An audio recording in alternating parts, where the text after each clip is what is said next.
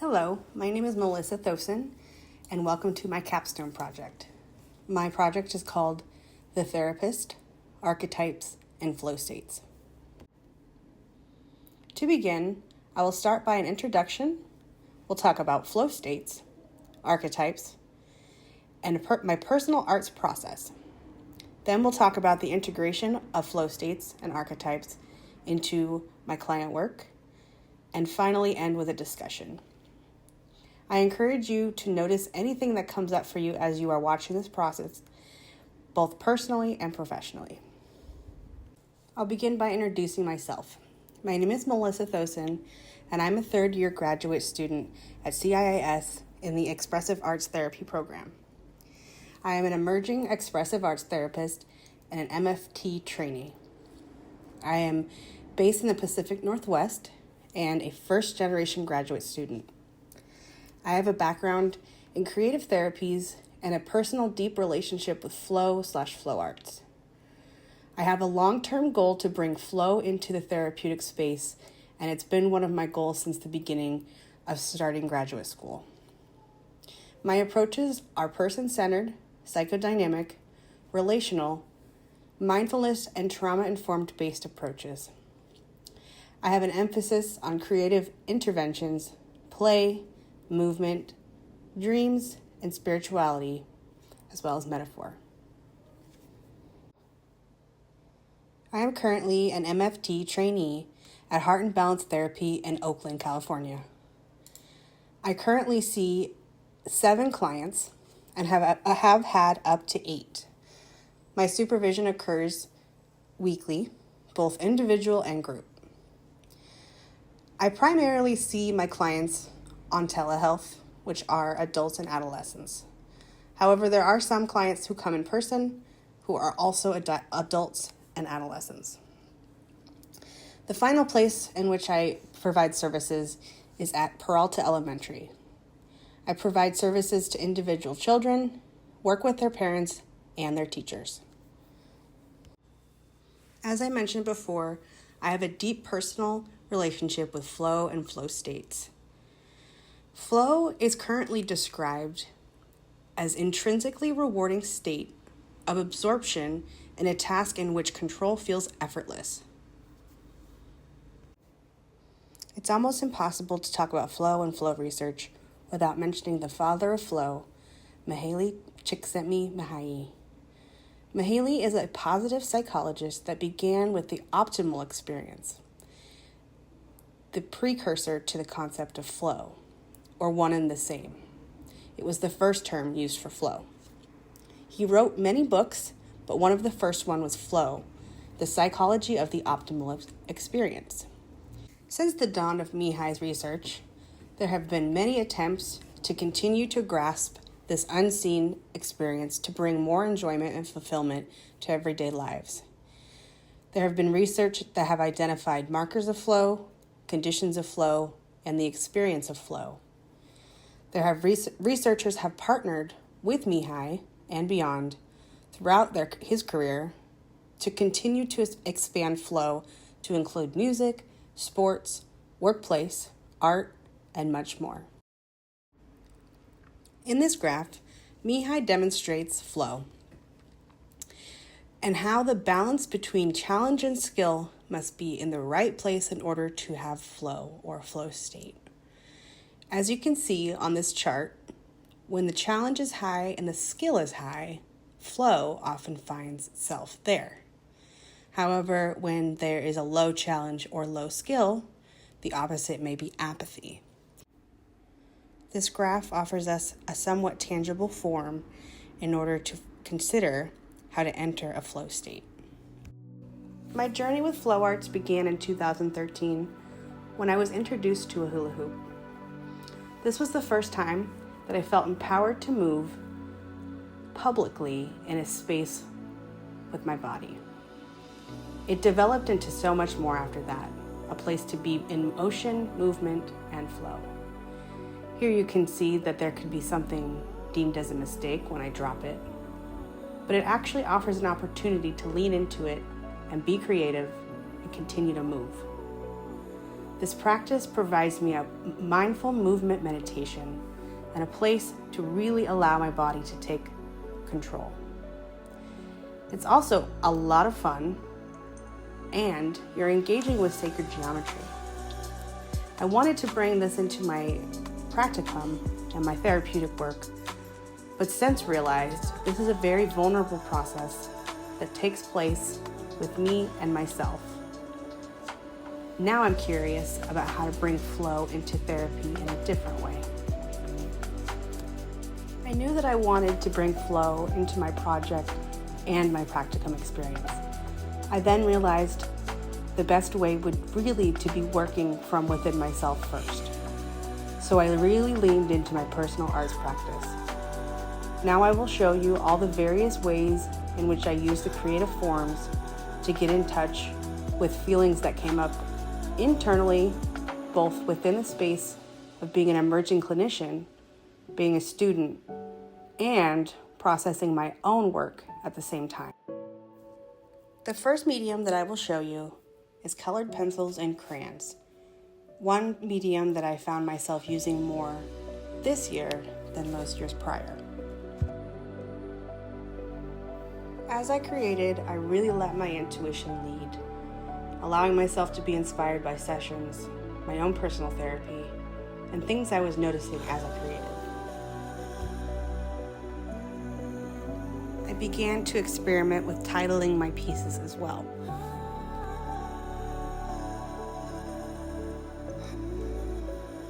Another one of my favorite mediums is oil pastel. Here I can rub the material into itself, mix colors, and create a very drastic image with the pressure and blendedness of this material. Perhaps my favorite medium is watercolor.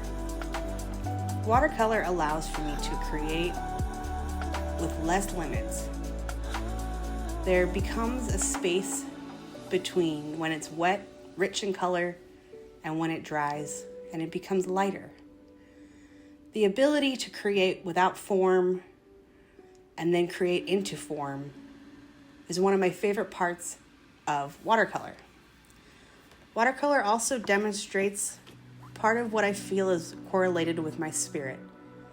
It's colorful, it's fluid, it's splotchy, and it blends. One creative experiment that I tried was marbling.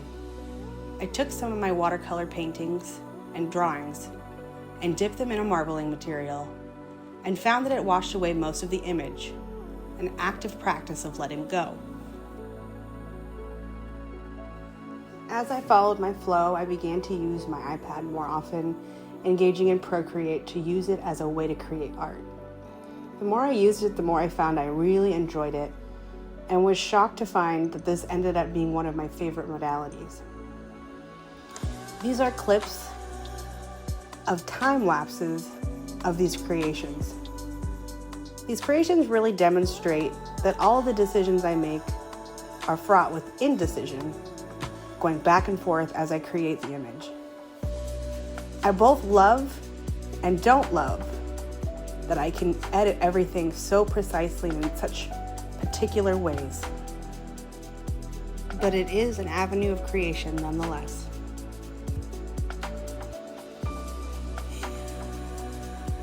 Printmaking became one of my most beloved art modalities this year. I had done it once in high school, but was reminded of its value on Halloween by another art therapist. As I carved, I remembered the experience of being a teen and imagined myself loving this particular modality at that time. And so I began working. I carved and printed and made a mess and made a mess. One of the biggest projects I worked on was this fairy. I used the iPad to first draw it, then perfected it, then printed it. From there, I put it on a block with tracing paper, traced it onto the block, and carved it. This took me over a month.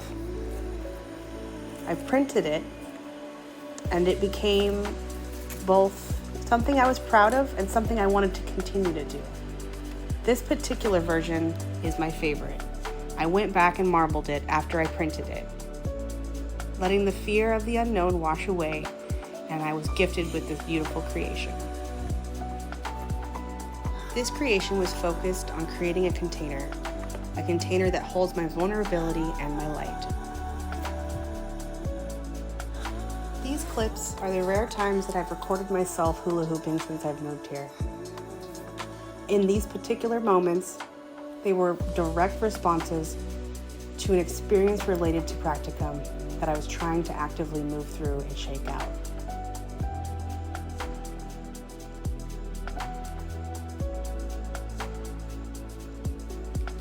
Finally, the last area we will look at is my relationship to art and divination cards.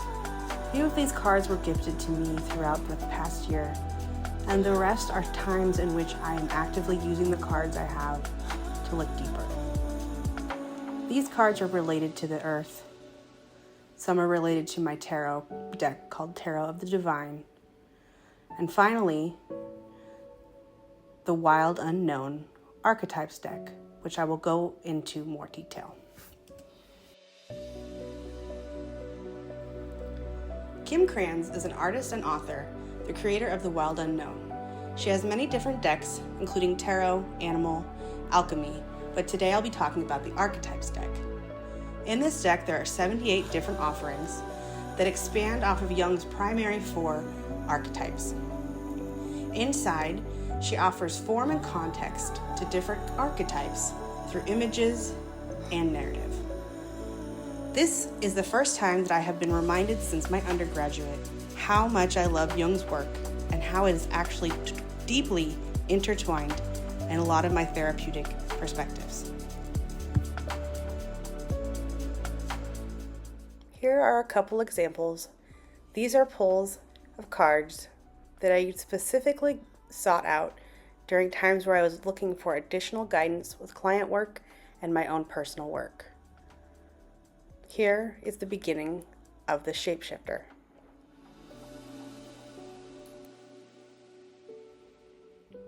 Now we look more closely at archetypes as a whole. Archetypes form the basis of all of the usual phenomena of the human experience, and we inherit them as a part of our genetic endowment. While Carl Jung did not invent the idea of archetypes, he was the first to coin it. He began by having 4 archetypes: the mother, rebirth, fairy tale, and trickster. As his work progressed, the evolution of archetypes became themes: events, figures, symbols, and motifs. The eventual integration of all of these parts leads to individuation, archetypical actualization. Through my work with the art cards, the divination tools, and my own personal creative work, I discovered that the shapeshifter is currently my role. Through practicum setting, graduate school, individual and group supervision, personal therapy, graduation, future career planning, family, friends, my partner, and myself, I have many roles that I need to take in order to be successful. As I bring this into the space with clients, I think about this shapeshifter. It was pretty quickly that I realized that therapists shapeshift. They go in and out of these archetypes to assist the client to reach their own alchemical process. I began to notice more and more the value of the shapeshifter. As I was meeting with clients, I realized they're in different contexts. Some are at a school, some are online, some are in person. The different forms of which they are in each day is also variant. So in any given time, I needed to change different forms to meet each individual client wherever they were. I was on a very wide spectrum of different clients, and so it was important for me to be able to meet them where they were at. The other ways that it impacts is arriving with a plan, a therapeutic plan, and then realizing that it wasn't going to be needed. I need to go with the flow. Another way this can affect it is rescheduling, canceling, payment issues, feedback, needing to roll with those punches, go with the flow, and shapeshift. Something interesting is that the shapeshifter traditionally uses deception to encourage the hero to change. However, in this case, there is no deception. Empowering the client to enact change by consciously shifting what they need without their awareness, and bring a level of challenge to the client to assist them in rediscovering their self and their beliefs. You're able to engage with the client in a way that tricks them out of thinking the way that they've thought. Additionally, this also allows for adaptability to be present and allow for more authentic connection and potentially fostering flow states. In other words, once I realized that I had this presentation in different places, I started to lean into it. Then, from this shapeshifter role, I could become whatever archetype is necessary for the therapy that day. It's not necessary to stay the shapeshifter the entire time, but it becomes the beginning archetype to meet the client where they're at. To take this one step further, bringing archetypes into flow. The more I created and the more I considered archetypes, the more I realized my own. The moments in which I engaged with flow states, I started to notice that it was easier to tap into a flow state once I began consciously engaging with an archetype that feels alive within that expression or moment. This became clear to me when I was dancing and suddenly felt an urge to become a goddess. The goddess energy became my energy, and I began to notice a sensation of, oh, is this an archetype? As I leaned into the archetype or the form, the movements that came out of me surprised me, and it felt cathartic. This became part of my project. Through creative expression of myself, I discovered the creative and embodied form of archetype as an entry point to flow. So an easy entry point to flow is to consider an archetype and lean into that. With this newfound understanding of archetypes and flow, I feel a new sense of invigoration in terms of bringing flow into the therapeutic space. While it doesn't take the form that I thought it would, be it with flow arts, I'm thankful that flow presents itself in a various number of ways, and it still is my primary focus as far as creative, therapeutic endeavors. I look forward to continuing to expand this part of my understanding and potentially lead people to their own experiences of flow as I continue to process what flow means. To sum this all up, I invite you to think about yourself and your flow. I invite you to think about archetypes as being a tool for integration, as well as for flow states. What archetype feels more dominant in your life currently? Do you limit or amplify this form? What are the ways you have found flow in your life? Can you bring an archetype creatively into your flow to help inform what is further needed for integration? And last but not least, what has stirred within you as you have witnessed this? I look forward to hearing any thoughts that you have, hearing about what your relationship to flow might be, and anything else that you have to share. Thank you for watching my presentation.